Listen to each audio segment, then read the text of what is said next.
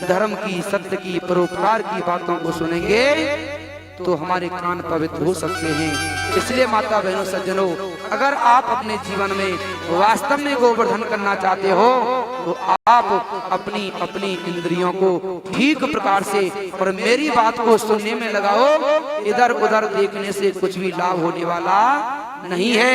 देख रहा हूं आप लोगों की नजर कहीं और ही चली जा रही है।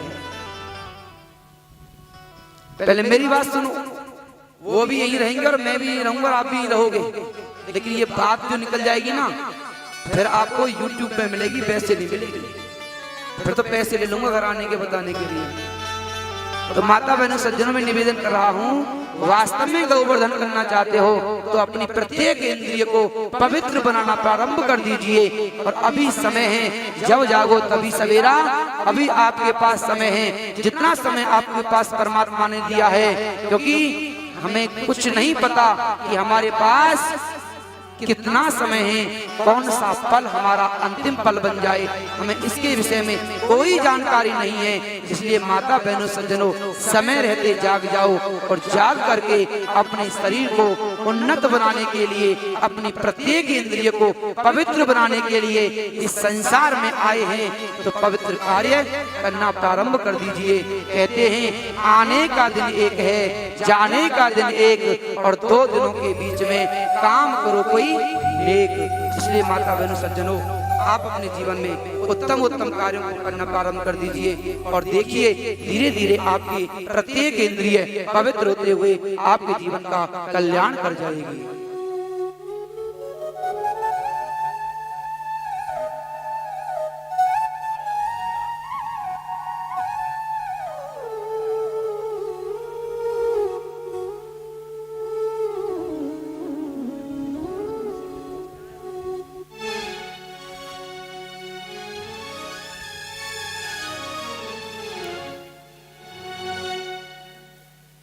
चलिए, तो एक इंद्रिय, एक गौ वर्धन जो हमने बतलाया है वो अपनी इंद्रियों को पवित्र करने का कार्य किया। दूसरा, सूर्य की किरणों से हमें ऊर्जा प्राप्त होती है, प्रकाश प्राप्त होता है। तो जब हम अपनी इंद्रियों को पवित्र कर लेंगे तो फिर दुनिया के लोगों में क्या करेंगे, हम धर्म का, ज्ञान का प्रकाश करेंगे। जो लोग धर्म के बारे में, संस्कारों के बारे में, संस्कृति के बारे में अच्छा कार्य करते हैं और संसार से अंधकार को, अज्ञान को, अधर्म को दूर करने का कार्य करते हैं, वो दूसरे अपने जीवन में ज्ञान का प्रकाश करते हुए सूर्य की भांति देदीप्यमान होते हुए चमकते रहते हैं। और तीसरा, मैंने आपको बताया, हमें अपने घर में गौओं की संख्या को बढ़ाना चाहिए। अभी मैंने जो भजन गाया था, जो गीत गाया था, वो बड़ा सुंदर भाव लेकर के आता है कि माता बहनों सज्जनों, अगर आप अपने घर में कन्हैया को बुलाना चाहते हो तो सबसे पहले अपने घर में माखन मिश्री लेकर के आ जाओ, अपने बच्चों को माखन मिश्री खिलाओ। और हम क्या खिलाते हैं? हमारे पंडित जी एक बात कह रहे थे, जिस दिन कन्हैया का जन्म हुआ, मेरी बात सुनो, पता क्या कह रहे थे कि गांव में तो बहुत सारा मक्खन इकट्ठा हो जाता है, यहाँ शहर में तो मक्खन 1-2 लोग लेकर के आए हैं। मैंने कहा महाराज जी, इनके खुद के खाने के लिए मक्खन आ जाए वही बहुत है, इनके घर में खुद के लिए मक्खन नहीं है, ये दान करने के लिए मक्खन कहाँ से ले आएंगे? और कहते हैं हम तो कन्हैया के भक्त हैं। अरे कन्हैया तो ऐसा भक्त था जिसके घर पर तो दूध दही की नदियां बहा करती थी, बहुत अधिक मात्रा में, जिसके घर दूध दही मक्खन रहा करता था। माता बहनों सज्जनों, एक बात तब भी मैंने कही थी, यदि आपके घर में गाय नहीं आ सकती तो आप तो गाय के घर जा सकते हो और वहां से जाकर के अपने घर में मक्खन आदि, घी आदि, दूध आदि को लेकर के आ सकते हो। एक कवि ने बड़ा सुंदर भाव लिखा था, कहा था, यूं बोले कृष्ण मुरारी, भारत में कैसे आऊं मैं, मुझे चाहिए माखन मिश्री, दूध दही का खाना, और तुम दोगे मुझे डबल रोटी और बिस्किट चाय उड़ाना। है किसी घर में माखन मिश्री? हमारे घर में तो डबल रोटी है, चाय है, कॉफी है और अंडे भी, अंडे की आमलेट भी हमारे घर है। और फिर कहते हैं भगवान हमारे घर जल्दी आ जा, मैया हमारे घर जल्दी आ जा, गणेश जी जल्दी से हमारे घर आ जाओ। जैसे आप लोग भोजन करने से पहले अपनी थाली को देखते हो, अपने पात्र को देखते हो कहीं गंदा तो नहीं है, ऐसे मेरा श्याम पहले देख लेता है मुझे किस घर में जाना चाहिए और किस घर में नहीं जाना चाहिए। एक अध्यापक हमें पढ़ाया करते थे, मैंने कुछ दिन कंपटीशन क्लासेस की तैयारी की है। माता बहनों सज्जनों, एक अध्यापक हमें बड़ी सुंदर बात बतलाया करते थे और वो कहते थे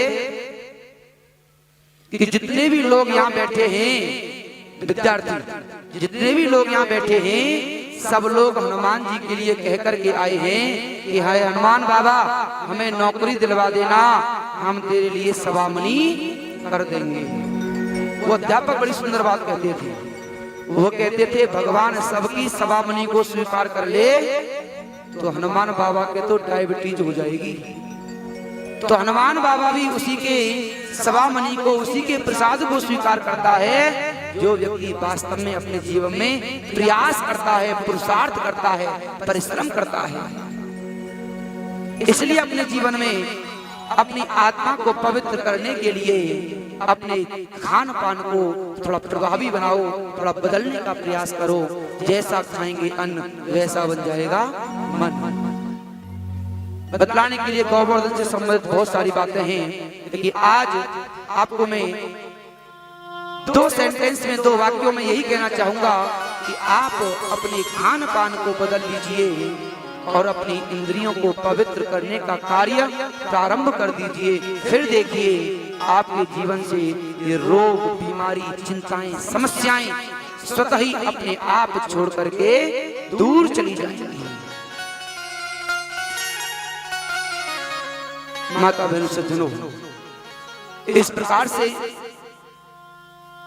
गोवर्धन की पूजा की। गोवर्धन ने अपना फर्ज निभाया और गोकुल वासियों को, वृंदावन वासियों को सकुशल छोड़ दिया।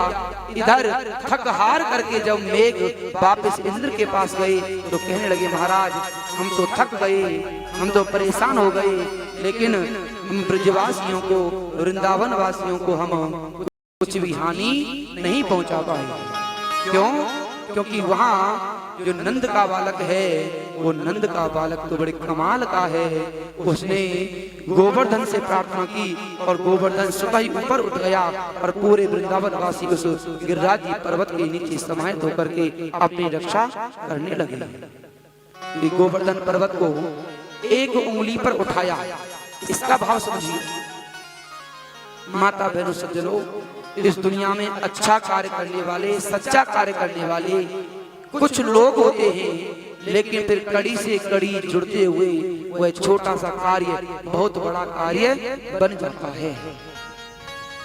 आप अपने घर में अपने चूल्हे को जलाने के लिए एक छोटी सी माचिस का प्रयोग करते हो ना, और उस माचिस में भी मसाला थोड़ा सा होता है, लेकिन जैसे ही वह थोड़ा सा मसाला संपर्क में आकर के जल जाता है और बड़े बड़े घरों को भी स्वाहा कर जाता है। क्यों? क्योंकि चिंगारी कहीं से भी निकलनी चाहिए, उसको बड़ा रूप लेने में अधिक समय नहीं लगता है। यही कारण था कि भगवान श्री कृष्ण ने उन गोकुल वासियों को, वृंदावन वासियों को सफलता का एक मूल मंत्र दे दिया, एक शुरुआत कर दी, एक प्रारंभ कर दिया, और फिर धीरे धीरे पूरे गोकुलवासी, पूरे वृंदावनवासी, यहाँ तक कि पूरे मथुरावासी अपने उस राजा कंस से परेशान हो गए। और प्रत्येक प्रजा का नागरिक चाहता था कि किसी भी प्रकार से इस दुष्ट राक्षस का संहार होना चाहिए। तो छोटे से कन्हैया ने अपने आप से शुरुआत की, इसलिए कहते हैं उन्होंने नख पर गिरवर को धारण कर लिया, अर्थात इतने बड़े कार्य को भगवान श्री कृष्ण ने प्रारंभ किया, शुरुआत की। आप लोग भी बहुत अच्छे से जानते हो, एक छोटा सा बालक आपके घर में यदि संस्कारवान आ जाता है, आपके घर में घर को पुष्ट करने के लिए कार्य करता है, तो कहते हैं इस छोटे से बच्चे की बदौलत आज हम अपने जीवन में उन्नति को प्राप्त करते चले जा रहे हैं। आपने ऐसे भी घरों में देखा होगा, किसी छोटे से बच्चे का जन्म हो जाता है और उस छोटे से बच्चे के जन्म के बाद उस घर में उन्नति ही उन्नति होती चली जाती है। तो लोग कहते हैं ये सब कुछ प्रभाव